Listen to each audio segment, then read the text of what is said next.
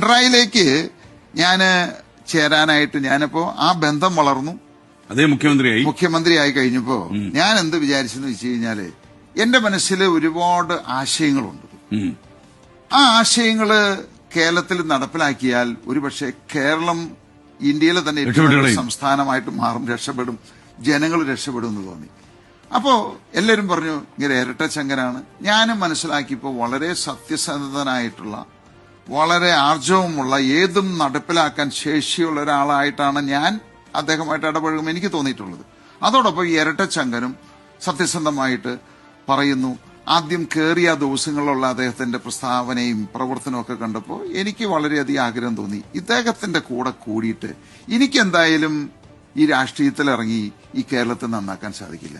അപ്പൊ എന്റെ മനസ്സിലുള്ള ആശയങ്ങള് ഇദ്ദേഹത്തിൽ കൂടി നമുക്ക് ഈ കേരളത്തെ രക്ഷപ്പെടുത്തിയെടുക്കാം. ആ ഒറ്റ ഉദ്ദേശത്തിലാണ് ഞാൻ കൂടിയത്.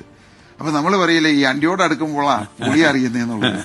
അപ്പൊ ഈ ഭരണപരമായിട്ട് ഞാൻ ഇടപെട്ട് അദ്ദേഹമായിട്ട് അടുത്ത് വന്നു കഴിഞ്ഞപ്പോ പല പ്രവർത്തനങ്ങളിലും എനിക്ക് വളരെ ദുരൂഹതകളും ആശങ്കകളും തോന്നി. ഞാൻ എന്റെ വീട്ടിൽ വെച്ച് പരിചയപ്പെട്ട് സംസാരിച്ചിരുന്ന ഒരു പിണറായി അല്ല യഥാർത്ഥ പിണറായി. അദ്ദേഹത്തിന്റെ അത് തോന്നിയത് കൊണ്ടാണ്, പലപ്പോഴും തോന്നി, ഞാനത് പലപ്പോഴും എന്റെ ആശങ്കകൾ പറഞ്ഞിട്ടുണ്ട്. അപ്പൊ അങ്ങനെ സംസാരിക്കുന്നു. പക്ഷെ വീണ്ടും ഇതിന്റെ കൂടെ ഒരു ഭാഗമായിട്ട് രാഷ്ട്രീയമല്ലേ. അപ്പൊ ഞാനും പലപ്പോഴും എന്നോട് പറയും അത് രാഷ്ട്രീയമാണ്, ഫണ്ട്സ് കുറവുണ്ട്, അങ്ങനെയുള്ള കാര്യങ്ങളൊക്കെ പറയും. അതൊക്കെ വിശ്വസിച്ച് നമ്മൾ അങ്ങനെ മുന്നോട്ട് പോയി.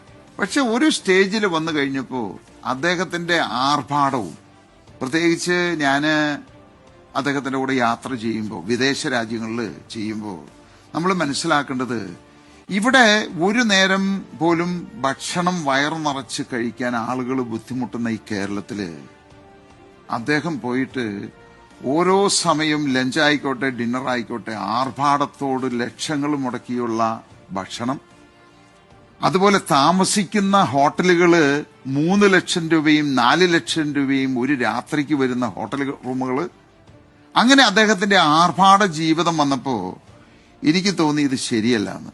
ഒരു സ്ഥലത്ത് എനിക്ക് തോന്നുന്നു പാരീസിൽ ചെല്ലുമ്പോ അദ്ദേഹം ബുക്ക് ചെയ്ത റൂമിന് ഏതാണ്ട് 7 ലക്ഷം രൂപയായിരുന്നു. അപ്പോ അതേ ഹോട്ടലിൽ തന്നെ ഞാനും താമസിക്കണല്ലോ.